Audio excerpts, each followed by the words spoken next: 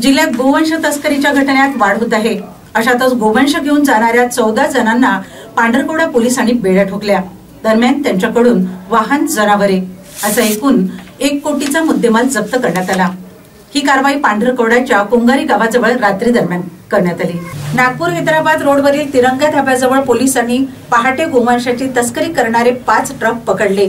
या ट्रकमधून गोवंश जातीची एकूण 47 जनावरे कोंबून नेत असताना तस्करांच्या मुसक्या आवळण्यात आल्या। यात 1,61,00,000 रुपयाचा मुद्देमाल जप्त करण्यात आला।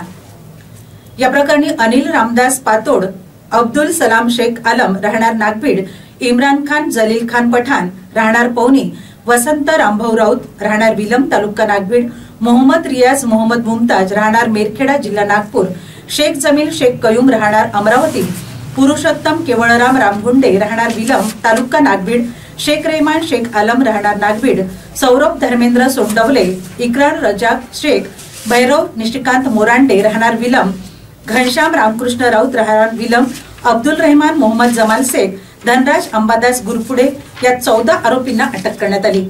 त्यांच्या विरुद्ध विविध कलमांमुळे गुन्हे दाखल करण्यात आले। पांढरकवडा शहरातील 1-2 नव्हे तर 4 अवैध कत्तलखाने सुरू असल्याचे चित्र आहे।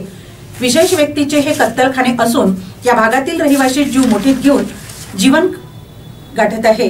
राज्य शासनाने गोवंश हत्या बंदी लागू केली असताना सुद्धा शहरातील काही भागात अवैध कत्तलखान्या एकाच वेळी 7 ते 8 गोवंशाची हत्या केली जाते।